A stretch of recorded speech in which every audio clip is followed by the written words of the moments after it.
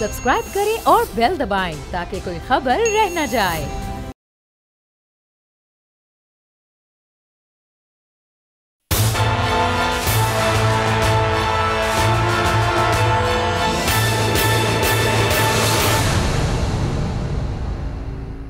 अस्सलाम वालेकुम, मैं हूं बाब जहांगीर। आप देख रहे हैं प्रोग्राम तज्जिया। कौमी असम्बली और वफाकी काबीना अब तहलील हो चुकी है। सदर मुमलिकत ने वज़ीर आज़म की भेजी गई समरी पर फौरी दस्तखत किए और अब वफाकी काबीना और कौमी असम्बली के तमाम मेंबरान साबिक हो चुके हैं। लेकिन वज़ीर आज़म शहबाज शरीफ उस वक्त तक निगरान वज़ीर आज़म के तौर पर फ़राइज़ अंजाम देंगे जब तक बाकायदा तौर पर किसी निगरान वज़ीर आज़म का नाम फाइनल नहीं हो जाता। आज इस सिलसिले में बड़ी अहम मुलाकात अपोजिशन लीडर राजा रियाज से शहबाज शरीफ की हुई, लेकिन उस मुलाकात में भी 6 नामों पर गौर तो हुआ, कोई एक नाम फाइनल नहीं हो सका।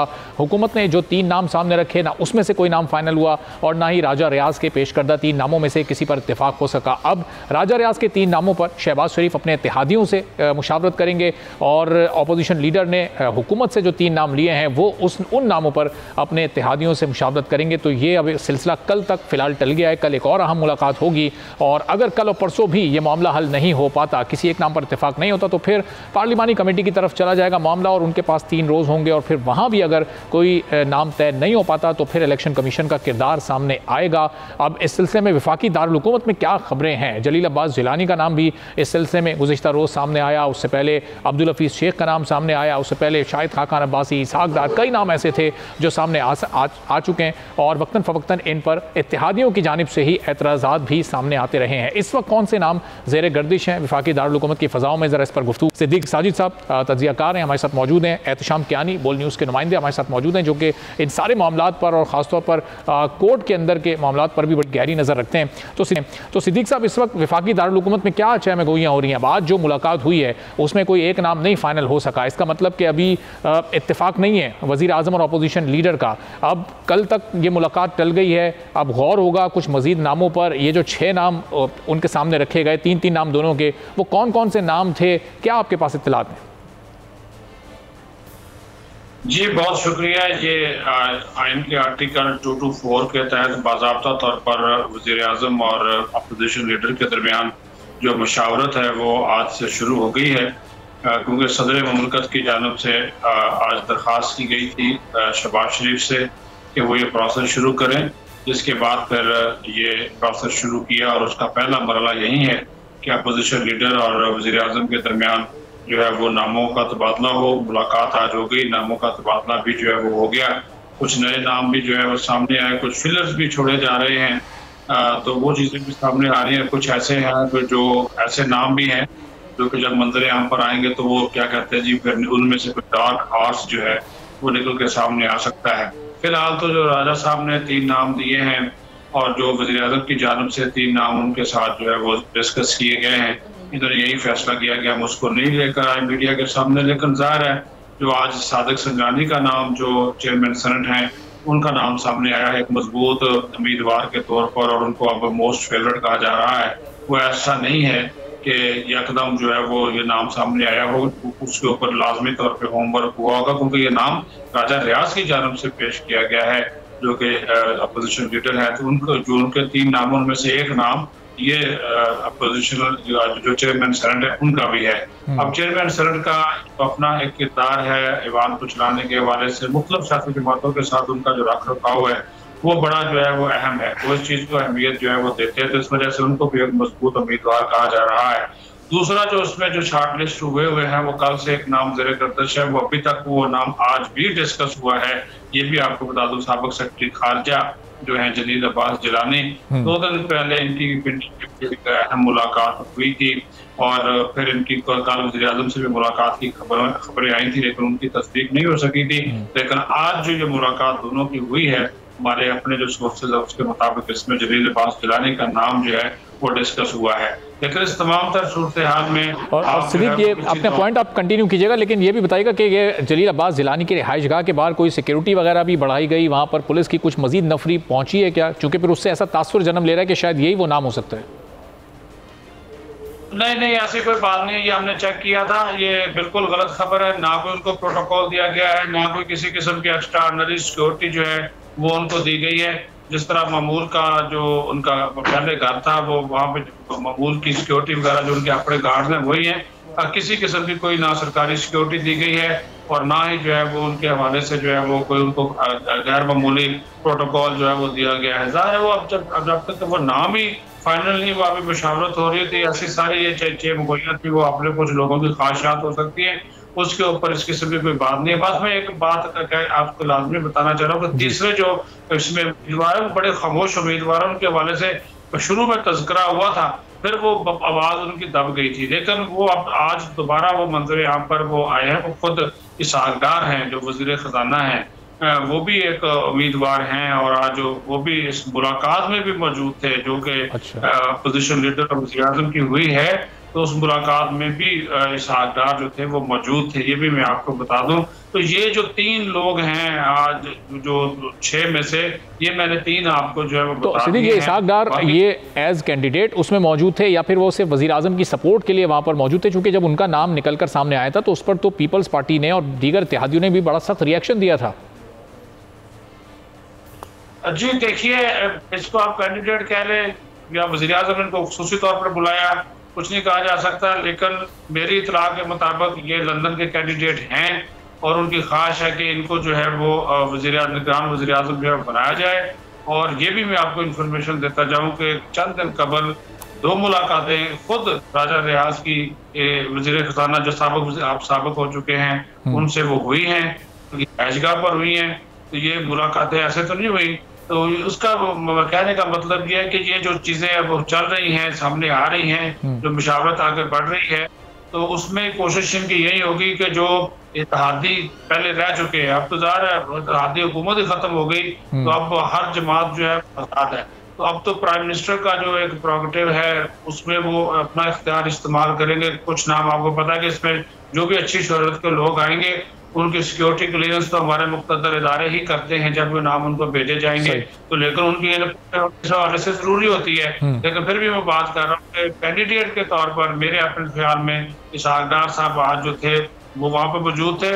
और फिर आप ये भी देखिए कि आज के दिन ही चेयरमैन सेनेट की भी मुलाकात होती है वज़ीर-ए-आज़म से, तो ये भी बड़ा अमीर काम है। जबकि मैं आपसे गुफ्तगू कर रहा हूँ, थोड़ी देर पहले चेयरमैन सेनेट से मौलाना फजलुर रहमान भी मिले हैं। अच्छा। और ये भी अहमियत की बात, इस वजह से मैंने कहा कि आज जो यकदम नाम सामने आया, ये डिस्कस नहीं हुए, कभी भी नहीं डिस्कस हुए सादिक संजरानी के वो मजबूत उम्मीदवार होंगे, लेकिन पहले उनका वज़ीर-ए-आज़म से मिलना और अब उनका जो है वो मौलाना फजलुर रहमान से मिलना, तो ये भी एक जो है वो एक वाज़ेह करता है कि वो इस दौड़ में जो है वो शामिल है और उनका नाम जो है वो बाकायदा तौर पर जो अपोजिशन लीडर है राजा रियाज, उनकी जानिब से ये नाम जो है वो दिया गया है। ठीक है, चलें ये तो अब देखते हैं कि कितनी वो और अहम मुलाकातें करते हैं। 2-3 वो बड़ी अहम मुलाकातें कर चुके हैं, अब कल कौन सा नाम फाइनल होता है। हसन रज़ा पाशा साहब माहिर कानून हमें ज्वाइन कर चुके हैं।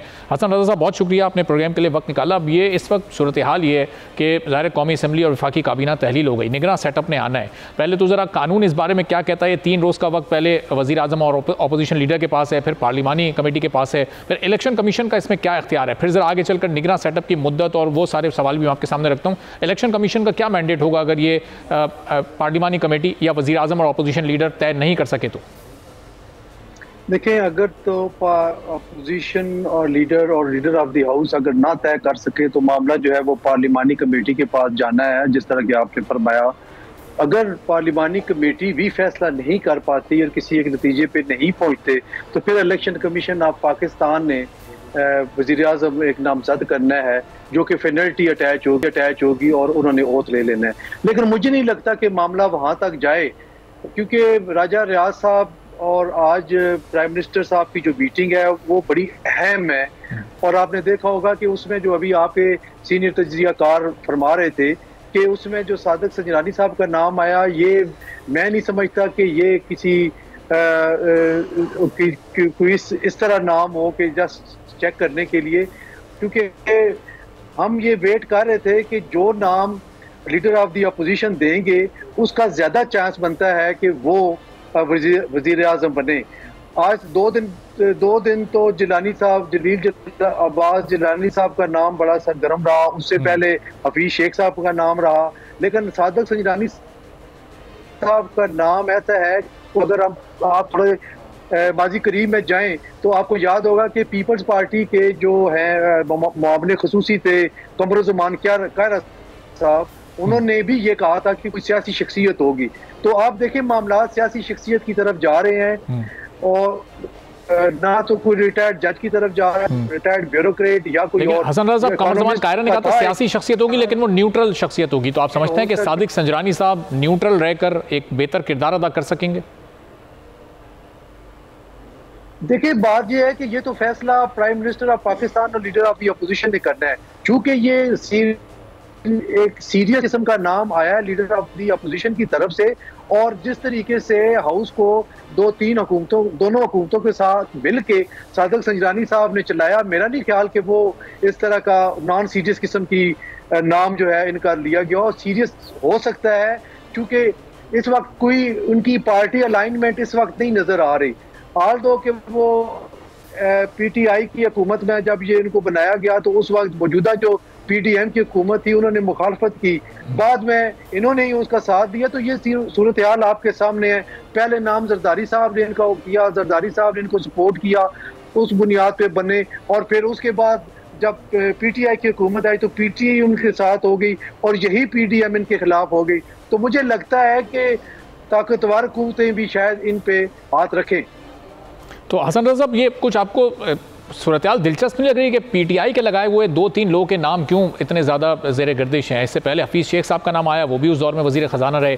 सादिक संजरानी साहब भी चेयरमैन सेनेट उसी दौर में लगे और वो अब उनका नाम एकदम सामने आ गया। तो जिन लोगों पर तनकीद माजी में पीडीएम किया करती थी, हफीज़ शेख साहब की माशी पॉलिसियों पर बड़ी खुलकर तनकीद होती थी, तो अब वही नाम काबिल कबूल क्यों है? उन्हीं नामों पर गौर हो रहा है आगे निगरान सेटअप के लिए। देखिए, एक तो हकीकत आपको और हमें माननी पड़ेगी कि ये वो नाम है जो किसी पार्टी के नजरियाती कारकुन के तौर पे इनको कंसिडर नहीं किया जा सकता। कुछ मजबूरियों के तहत इनको ओहदों पे मुतमक्कन करना जो है वो हो जाती है, मजबूरी हो जाती है। मसलन जब हफीज शेख साहब को बनाया गया तो उससे बड़ा ले दे हुई कि ये देखें जी, हफीज शेख साहब तो पीपल्स पार्टी के दौर में भी रहे, फलां दौर में भी रहे, लेकिन आपने देखा कि कितने जज्बे के साथ पीटीआई की हुकूमत ने उनको सेनेट में लाने के लिए उनको इलेक्शन लड़ाया। तो वो हार गए यूसुफ रज़ा गिलानी साहब से, लेकिन जो सीरियसनेस नजर आ रही थी पीटीआई की हुकूमत की, वो बड़ी अभी भी आप देखेंगे, याद आएगा आपको कि बड़ी वो अहम थी। लेकिन वो अनफॉर्चुनेटली हार गए, यूसुफ रज़ा गिलानी साहब जीत गए। फिर हालात ऐसे बने कि उनको छोड़ना पड़ा। माशी सूरत हाल ऐसी थी कि बाद में भी उनका नाम एक दफ़ा गूंजा कि शायद मौजूदा पीडीएम की हुकूमत भी उनको ले सकती है, लेकिन मुफ्ता सबील और फिर उसके बाद इसहाक डार साहब की आमद की वजह से उनके नाम की पजीराई नहीं हुई। आज देखिए वो आगे थे, ही वाज सीरियस कंटेंडर। ये हमने सुना मीडिया के जरिए ही कि वो कराची उन्होंने लैंड कर लिया, फिर इस्लामाबाद में मुख्तलिफ शख्सियात से उनकी मीटिंग भी हुई। तो एक चीज आ रही थी कि जी शायद IMF का जो मुआहदा हुआ है उस मुआहदे की एक शिक ये भी होगी कि जब इंटरम सेटअप आएगा तो उसमें हफीज शेख साहब होंगे। तो ये बातें भी चलती रही। तो देखते हैं अब क्या सूरत हाल बनती है। तो ये किसी पार्टी के नहीं थे नामजद करदा, ये मखसूस कुव्वतों के और आलमी इदारों के नामजद करदा शख्सियात थी। सही, अब ये तो इतने कॉन्फिडेंट थे कि इन्होंने तो अपनी काबीना के नाम भी फाइनल करना शुरू कर दिए थे। एहतिशाम, अब आप ये बताएगा कि इस बार हम देख रहे हैं कि माहिर मईशत का नाम सामने आया, साबिक ब्यूरोक्रेट उनका भी नाम जलील अब्बास जिलानी साहब का नाम सामने आया जो फॉरेन अफेयर्स के एक्सपर्ट हैं। सादिक संजरानी साहब एक बड़े ज़बरदस्त सियासतदान हैं, उनका भी नाम सामने आ रहा है। तो इस बार जो माहिर कानून थे वो पीछे रह गए। किसी जस्टिस तसद्दुक हुसैन जिलानी साहब का नाम ज़रूर पीपल्स पार्टी ने दिया था, लेकिन वो डिस्कशन का पार्ट नहीं बन पा रहा, शायद उस पर एग्री नहीं है। तो एहतिशाम, क्या आपके पास इस सिलसिले में खबरें, क्यों इस बार जजेस की तरफ या माहिर कानून की तरफ गौर नहीं किया जा रहा? एहतिशाम, आपको आवाज आ रही है?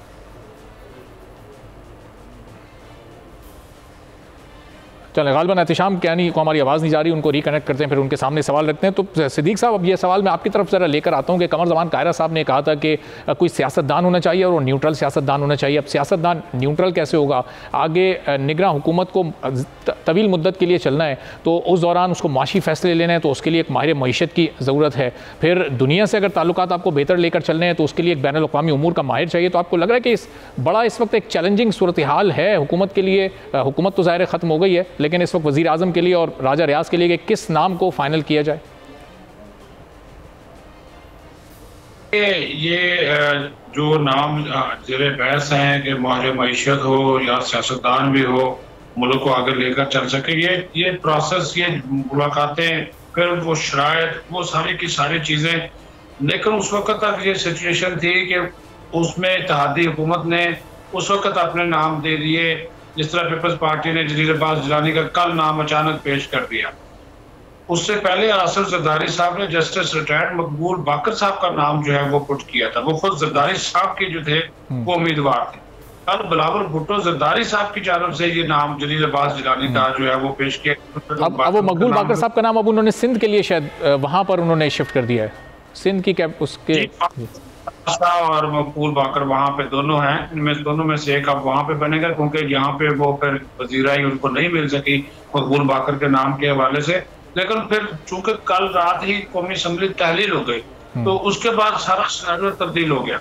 PDM की हुकूमत खत्म हो गई, इनका इत्तेहादी हुकूमत का जो एक वजूद था वो खत्म हो गया।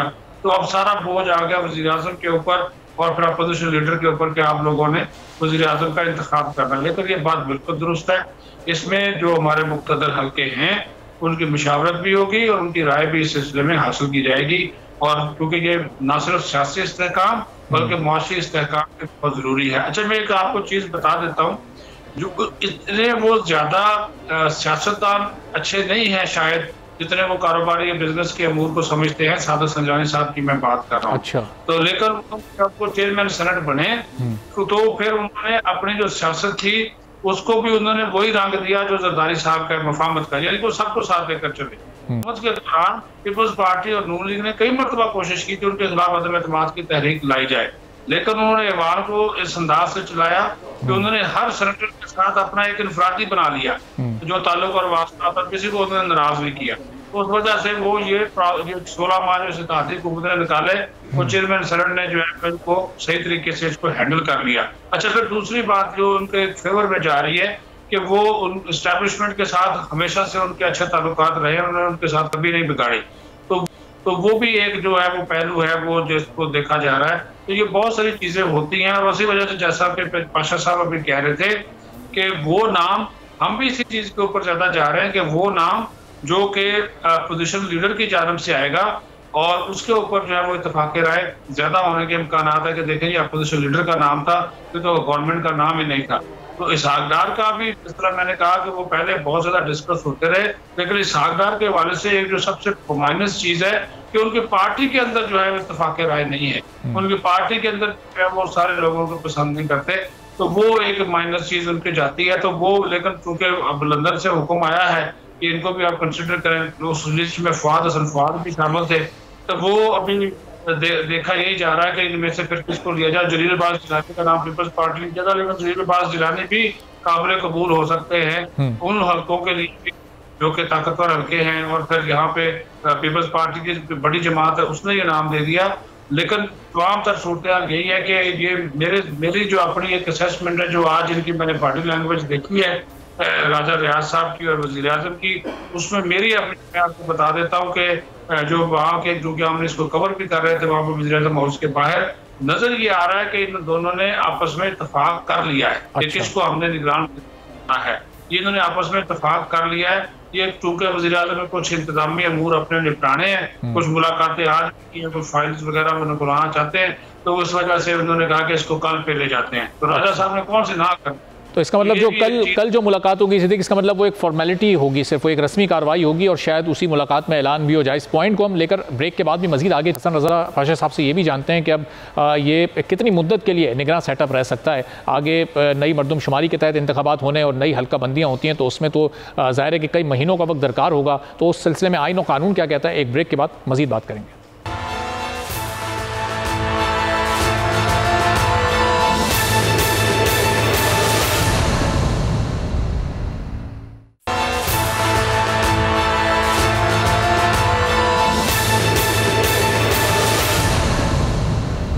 प्रोग्राम में एक बार फिर आपको खुशामदीद कहते हैं। कल एक अहम मुलाकात होनी है वज़ीर आज़म शहबाज शरीफ की राजा रियाज से। आज की मुलाकात में तो फैसला नहीं हुआ निगरान वज़ीर आज़म का, लेकिन उम्मीद ये है कि कल ज़रूर किसी एक नाम पर इत्तेफाक हो जाएगा और उसके बाद फिर निगरान काबीना को मुंतखब किया जाएगा और उसके बाद ये हुकूमत कब तक रहती है, निगरान सेटअप कब तक कायम रहता है और नए इंतखाबात कब होते हैं, क्या डेट सामने आती है। चूँकि अगर नई हल्का बंदियाँ होती हैं तो उसके लिए बड़ा वक्त दरकार होगा इलेक्शन कमीशन को, वो कितना वक्त होगा, आइन और कानून इस सिलसिले में क्या कहता है। गुफ्तगू करते हैं हसन रज़ा पाशा साहब, सिद्दीक साजिद साहब हमारे साथ मौजूद हैं। तो हसन रज़ा साहब, ये अब अगर नई हल्का बंदियों की तरफ जाते हैं तो उसमें अंदाज़न कितना वक्त लग सकता है। चूँकि निगरान सेटअप ये आ गया है, 12 अगस्त से पहले असम्बलियाँ तहलील हो गई तो मैक्सिमम 90 दिन का इनके पास वक्त है। अब ये निगरान हुकूमत अगले एक हफ्ते में भी तश्कील पा जाती है, 15, 16, 17 अगस्त तक भी जाती है, तो फिर 15 या 16 नवंबर वो डेडलाइन होगी कि जब तक इंतखाबात होने हैं, उससे आगे तारीख चली जाती तो फिर क्या होगा। देखें, अगर तो देखा जाए असेंबली की तहलील की मुद्दत को, तो वो तो 90 दिन के अंदर अंदर इंतखाबात कराना जरूरी है। आइन की भी मंशा यही है और कानून की भी। लेकिन अब चूंकि कौंसिल ऑफ कॉमन इंटरेस्ट की जो मीटिंग हुई है उसमें उन्होंने मरदमशुमारी को नोटिफाई कर दिया, तो उसके बाद जो इलेक्शन कमीशन ऑफ पाकिस्तान के जो पहले के बयानात हैं वो देखे जाएं तो उनको 3 से 4 महीने चाहिए ये हल्का बंदियां के लिए। तो वो अगर शामिल किया जाए तो ये तकरीबन जो लग रहा है मुझे वो फरवरी के एंड तक या मार्च के स्टार्ट में इलेक्शन होने का इम्कान है अभी। मतलब क्योंकि कानून में इसके अलावा और कोई गुंजाइश नहीं बन रही इलेक्शन को आगे ले जाने की। अच्छा, तो ये आइन में ये गुंजाइश है कि अगर council of common interest notify कर दे नई मरदमशुमारी को तो फिर उसके बाद ये हल्का बंदियाँ होनी है, चाहे निगरान हुकूमत अपनी मुद्दत ख़त्म कर चुकी हो, फिर उसको एक्सटेंड कर दिया जाएगा।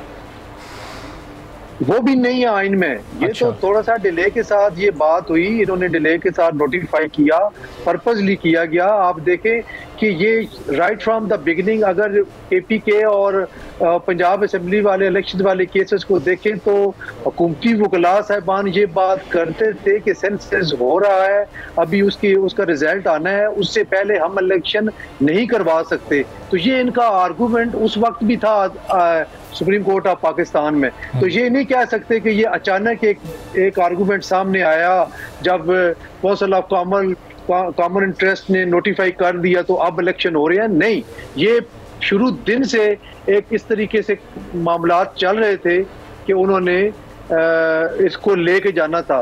तो नजर आ रहा है ये फरवरी मार्च तक, लेकिन आइन में ऐसी कोई गुंजाइश नहीं है। ये यकीनन अदालती मामलात चलेंगे, मामलात अदालत में जाएंगे और वहाँ पे शायद कोई इस तरह के कोई रास्ता निकल आए। तो हसन साहब, अब अगर ये ज़ाहिर है अगर आइन में ये नहीं है गुंजाइश तो फिर इसका मतलब आइन की खिलाफ वर्जी होती है। अगर आइन की खिलाफ वर्जी का मुर्तकिब कोई शख्स होता है तो वो फिर कौन होगा, ये जिम्मेदारी फिर किस पर आएगी? क्या वज़ीर आज़म और अपोजिशन लीडर ने देर की निगरान हुकूमत के क़याम में इलेक्शन कमीशन के ऊपर आएगी? मतलब ये मूरद इल्ज़ाम किसको ठहराया जाएगा फिर? देखिए, असेंबलियाँ तो जब तहलील हो गई हैं तो लीडर ऑफ द अपोजिशन और लीडर ऑफ द हाउस तो उनकी मीटिंग एक हो गई है, कल हो रही है। वो लग यही रहा है कि 14 तारीख की सलामी मौजूदा वज़ीर आज़म वसूल करेंगे और 15 या 16 को नया सेटअप आ जाएगा और प्राइम मिनिस्टर ने पाकिस्तान जो है ले लेंगे और फिर आगे वो अपनी कैबिनेट बनाएंगे। तो इनकी तरफ से तो कोई डिले नहीं है और आइन के पैरामीटर्स के अंदर इन्होंने जो है वो फैसला करना है।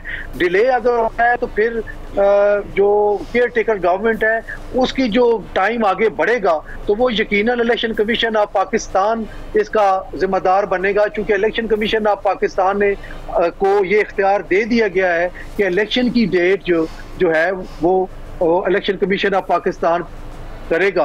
इलेक्शन एक्ट में आप देख लें कि जो अमेंडमेंट आई है उसमें भी यही इख्तियार दे दिया गया, सदर मुमलिकत से लेके इलेक्शन कमीशन ऑफ पाकिस्तान को दे दिया गया। तो इलेक्शन कमीशन ने जब डिलिमिटेशन होगी, और आपको पता है कि डिलिमिटेशन जब होती है तो मुतासरा फरीक पहले इलेक्शन कमीशन में जाएगा, फिर वो चैलेंज करेगा हाई कोर्ट में और फिर सुप्रीम कोर्ट ऑफ पाकिस्तान में। अदालती लड़ाई भी जंग भी हुई है और ये मामला 5 या 6 महीने पहले खत्म हो चुके। ठीक है, तो आप सिद्दीक साजिद साहब, ये इसका मतलब इलेक्शन कमीशन अगर 90 दिन से आगे की डेट देता है तो वो आइन की खिलाफ वर्जी का मुर्तकिब हो रहा है इलेक्शन की डेट देते हुए। तो फिर इलेक्शन कमीशन को कितना वक्त दरकार होगा इन हल्का बंदियों के लिए? 90 दिन के अंदर तमाम इंतजाम करना और बेहतर तरीके से करना और फिर शफाफ इंतखाबात का इनेकाद बनाना, ये तो एक बड़ा चैलेंज हो जाएगा इस मौजूदा इलेक्शन कमीशन के लिए। एक तो जो आपने शुरू में बात की थी उसकी मैं थोड़ी सी वजाहत कर दूं। जो पार्लिमानी अमूर के माहिरीन से हमारी बात हुई उसमें आर्टिकल 58(1) जिसके तहत एडवाइस किया प्राइम मिनिस्टर ने प्रेसिडेंट को, तो वो 9 अगस्त की डेट है। तो जिस दिन से कौमी असम्बली तहलील हुई है उसके बाद से लेकर 90 दिन है। अच्छा, इसका मतलब ये हुआ कि 9 अगस्त से लेकर 9 नवंबर के दरमियान ही इलेक्शन करवाने हैं आइन के मुताबिक, कॉन्स्टिट्यूशन के मुताबिक। अब ये एक बड़ा जबरदस्त जो पॉइंट आपने उठाया है, ये बड़ी अहम अहमियत वाली बात है। अब जो बोझ आएगा निगरान वज़ीर-ए-आज़म जो बनेगा और इलेक्शन कमीशन के ऊपर सबसे ज्यादा बोझ होगा। ये जो मर्जी आप कहते फिरे कि जो पीटीएम की हुकूमत थी वो कह के चली गई कि नई हल्का बंदियों के मुताबिक होंगे, नई मरतबशुमारी हमने कर दी है, ये हो गया वो हो गया। 90 दिन की अगर कोई वायलेशन ये करेंगे उसका एक तो जिम्मेदारी आएगी वो इलेक्शन कमीशन पे आएगी और निगरान वज़ीर-ए-आज़म पे आएगी। ये कंफर्म बात है। दूसरी बात ये है, मेरा नहीं ख्याल कि अगर ये वो कह रहे हैं कि पाशा साहब कह रहे थे कि लग रहा है कि शहबाज शरीफ सलामी देंगे। शहबाज शरीफ सलामी उस सूरत में 14 अगस्त वाली कौमी जो तकरीब है हमारी यौम आज़ादी की, उसमें परचम कुशाई की तकरीब में सलामी लेंगे जब ये मामला पार्लिमानी कमेटी को चला जाएगा। क्योंकि ये आज पहला दिन हो गया, 2 दिन इनके पास, और आज 10 अगस्त हो गई, 12 तारीख तक इनके पास वक्त है इन दोनों के पास कि ये इस लेवल में इस मसले को हल कर लें। फिर 224 उसकी क्लास 2 है, उसके तहत अगर ये मामला नहीं है तो फिर 8 रुकनी इमीडिएटली स्पीकर कौमी असम्बली पे एक 8 रुकनी कमेटी बनाई गई, उसमें जाने नहीं देंगे। उसके मैं रीजन बता देता हूँ। उसमें 4 सेनेट के, 4 हैं उसमें कौमी असम्बली के, और जो फिर अपोजिशन के, चलो ठीक है जी, यहाँ पे जो कौमी असम्बली में तो अपोजिशन जैसी भी है वो आपके सामने है। जो अपोजिशन सेनेट में है वो इस वक्त तहरीक इंसाफ है, वो तो फिर इसको जो है करेगी, इसकी मुखालफत करेगी, तो कसरत राय से ही होगा जो भी फिर होगा। बहरहाल कोशिश तो ये होती है ना कि निगरान वज़ीर-ए-आज़म वो सूरत में फिर सलामी लेंगे अगर ये मामला पार्लिमानी कमेटी में जाता है। तो सिद्दीक, लेकिन ये अगर सेनेट से 4 अरकान लेंगे तो उसमें 1 या 2 ही तहरीक इंसाफ के होंगे। अगर ऑपोजिशन से 2 भी लिए तो वो 2 होंगे, तो फिर भी मामला तो इस तरफ हो जाएगा चूंकि इनकी अक्सरियत हो जाएगी हुकूमत की। नहीं, उसमें ये है कि निसफ है कि 4 अरकान अगर है कौमी असम्बली से तो 4 ही सेनेट से होंगे, और उसमें जो है वो अपोजिशन के 4 और इधर से 4 गवर्नमेंट हल्कों के होंगे। तो मैं तो उस वजह से उसमें भी कह रहा हूँ कि 2 कौमी असम्बली से अगर आप लेंगे तो 2 सेनेट से भी तो लेंगे ना। तो ये 2 तरीके इंसाफ बड़ी जमात है उन्हीं के लोगों के, और तो वहाँ पे इस वक्त हमें वो जमात इस्लामी के सिराजुल अक्सा जो है वो सेंटर से, अब तो हाँ जी मुश्ताक साहब वो वहाँ पे आ जाएंगे, उनकी तो 1 सीट है। तो वो मैं उस तरह में बात कर रहा हूँ कि ये डरेंगे उस वक्त। ये वैसे इन्होंने तय तो यही किया है कि हम इस लेवल पे इसको हल कर लें। ये जो फोरम जिस पे हम बात कर रहे हैं कि जो राजा रियाज और पहला मरला है, इसी पे इसको हल कर ले, क्योंकि फिर बाल इनके कोर्ट से निकल जाएगी। पार्लिमानी कमेटी भी हल नहीं करती तो फिर इलेक्शन कमीशन के पास मामला चला जाना है। फिर इलेक्शन कमीशन भेजे गए नामों में से 4 नाम उनके पास जाएंगे, वो जिसमें से जिसको मर्जी जो है वो सेलेक्ट कर ले, वो तो उनके पास रह जाएगा। लेकिन इनके दरमियान आज ये इत्तेफाक राय हुआ है कि ये निगरान वज़ीर-ए-आज़म का तकर्रर हम खुद करेंगे, ना मामला पार्लिमानी कमेटी में जाने देंगे और ना इलेक्शन कमीशन के पास जाने देंगे। ये हम खुद कल जो है उन्होंने कहा इसको फाइनल कर लेंगे। अगर ये कल फाइनल कर लेते हैं तो फिर ओथ भी कल शाम तक जो है वो फिर निगरान वज़ीर-ए-आज़म का जो है वो हो सकता है, ये चलो ज्यादा परसों हो जाएगा। तो वो फिर जो निगरान वज़ीर-ए-आज़म होगा तो वही फिर हमें सलामी देता हुआ नजर आ रहा है। हाँ, ऐसी सूरत में अगर इत्तेफाक राय अगर मजबूत कोई अपोजिशन लीडर होता, अपने नामों पे अड़ जाता, इत्तेफाक ना होता, फिर तो हम कह सकते थे राजा साहब तो एक तरह के इनके अपने घर के बंदे हैं।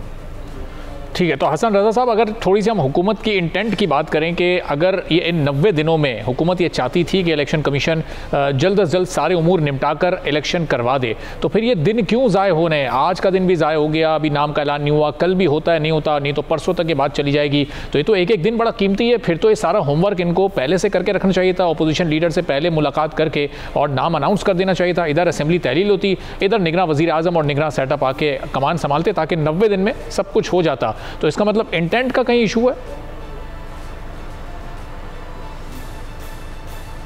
आपके दिन को किस तरीके से इस्तेमाल किया जा रहा है, आप इसको इग्नोर नहीं करें। और अगर तोड़नी थी तो एक हफ्ता पहले क्यों नहीं तोड़ी, ताकि टाइम बच जाता। असल में टाइम कंज्यूमिंग मामलात को चलाया जा रहा है।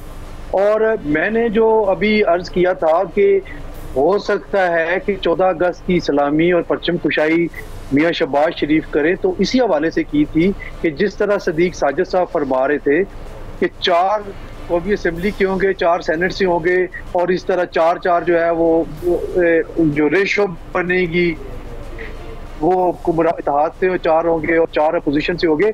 बिल्कुल बिल्कुल ऐसे ही होगा। लेकिन आप देखें कि मामलात क्या चल रहे हैं। अगर 2 फर्जे माल पीटीआई के हो जाएंगे सेनेट से, तो फिर भी अक्सरियती राय जो है वो उस तरफ जाएगी, उसी तरफ टिल्ड करेगी जो कि राजा रियाज साहब जी शरीफ साहब जिस नाम को फाइनल कर चुके हैं। तो मेरा ख्याल ये था कि श्योरिटी के था एक परसेप्शन है कि ऐसा हो, तो मैं और होंगे तो आइन में लिहाजा कहते हैं ना कि आखिरी बाल तक खेलना चाहते हैं और खेलेंगे। तो ये है सारी सूरत हाल। आपको पता है कि 90 दिन का जो टाइम फ्रेम वर्क दिया गया है आइन में, वो उससे बाहर नहीं जाया जा सकता। सिर्फ एक सूरत में जा सकते हैं कि अगर इमरजेंसी डिक्लेयर हो जाए आर्टिकल 232 के। इसके अलावा 90 दिन से आगे जाने का कोई नहीं है। और यही सूरत हाल पंजाब असेंबली और केपी असेंबली में थी। और आप देख लें कि क्या हो रहा है। 14 का सुप्रीम कोर्ट ऑफ पाकिस्तान ने डेट दे दी थी, नहीं हो सके उस 14 मई को। और 14 मई की भी जो डेट थी वो 90 दिन से आगे थी, यानी 90 बियॉन्ड 90 डेज थी। और सुप्रीम कोर्ट ने एक खिड़की खोल दी है इस हवाले से खुद। तो मामला मैंने पहले भी अर्ज किया था कि ये मामला हो सकता है कि अदालतों के पास दोबारा जाए, इलेक्शन के हवाले से भी, 90 डेज के हवाले से भी, और बाकी जो मामलात है। तो इसका मतलब हसन साहब, जो माजी में केपी और पंजाब में ज़ाहिर एक प्रेसिडेंट सेट हुआ है, शायद उसी का ये हुकूमत फ़ायदा उठा रही है और इस मामले को इतना संजीदा नहीं ले रही। सिद्दीक साहब, क्या फिर इंटेंट यही है हुकूमत की कि 90 दिन क्या फिर 120 दिन भी चला जाए मामला, 150 दिन भी चला जाए, जाने को इससे भी ज़्यादा दिन हो जाए, फिर कोई परवाह नहीं है, इसीलिए दिन पर दिन ज़ाय हो रहे हैं इस वक्त? देखिए, उनके तो जो साबिक गुजरा थे, आपने उनकी गुफ्तगू सुनी। जो ख्वाजा आसफ थे, राणा सनाउल्लाह थे, वो तो खुला ही उन्होंने बात की, बतौर वजीर बात की कि हमें इस साल इलेक्शन नजर नहीं आते। वो तो फरवरी मार्च की बात कर रहे हैं। पाशा साहब की बात बिल्कुल ठीक है कि अगर ये 120 दिन लेकर हल्का बंदियों पे 120 दिन लगा देंगे तो 90 दिन तो ये चले गए, आगे फिर देख रहे कितना इनको 1.5 माह और चाहिए। तो वो तो फिर यही डेट बनती ना कि वहां पे जाकर जो है इलेक्शन हो। तो क्या फर्क क्या पड़ेगा? फर्क ये पड़ेगा कि आप फिर कॉन्स्टिट्यूशन की वायलेशन करेंगे। फिर तो सुप्रीम कोर्ट बात वही है कि अगर उनके अहकामात के ऊपर जिस तरह आजकल अमल दरामद हो रहा है, अदरवाइज तो फिर 14 मई के हवाले से जो उनका डिसीजन था उसको वायलेट किया गया, तो आपको कार्रवाई हुई, इसके खिलाफ कोई कार्रवाई नहीं हुई। तो फिर अगर आपने आइन को रौंदना है और रौंद कर अपनी मर्जी से चलना तो फिर आप मर्जी कर लें। अदरवाइज मैं तो इस चीज को सीधी सी सिंपल सी बात कर रहा हूँ, एक तालिब इल्म होने के जरिए से पार्लियामेंट को कवर करता आ रहा हूँ। तो मेरे तो सीधी सी बात है कि उसमें लिखा हुआ है कि भाई अगर असेंबली तहलील होती है वक्त से पहले तो 90 दिन है, पूरा करके तहलील होती है 60 दिन है। तो फिर भाई अगर आप ये इलेक्शन कमीशन में आएगा, निगरान ठीक है, चलें अब देखते हैं कि कल जो मुलाकात होती है उसमें फिर क्या मामला तय पाते हैं। बहुत शुक्रिया सिद्दीक साजिद, हसन रजा पाशा, दोनों मौजूद मेहमानों का। आज के प्रोग्राम से इसी नोट पर इजाज़त चाहेंगे कि अगर कल भी ये मामला नहीं फाइनल हो पाता तो फिर ये पार्लिमानी कमेटी और उसके बाद फिर ये मामला इलेक्शन कमीशन के पास जाना है। तो इसमें भी एक के बाद एक दिन ज़ाय होता जा रहा है। इजाज़त दीजिए, अल्लाह हाफ़िज़।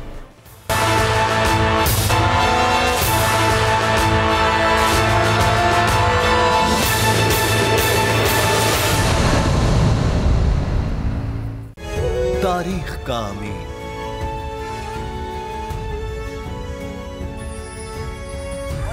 आजादी की अलामत,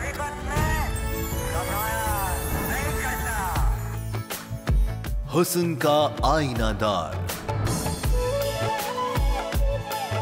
फिक्रो नजरिए की अक्कास, सरफराजी का गवाह, यानी हम सबका निगहबान पाकिस्तान।